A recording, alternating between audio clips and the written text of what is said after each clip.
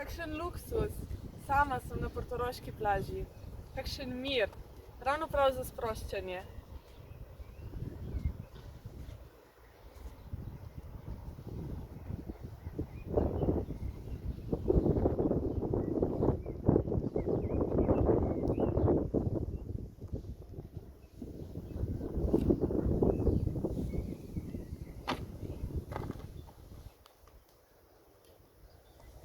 Zdaj je čas, da poskrbite zase in ponovno vzpostavite notranje ravnovesje. Dobrodošli v Portorožu.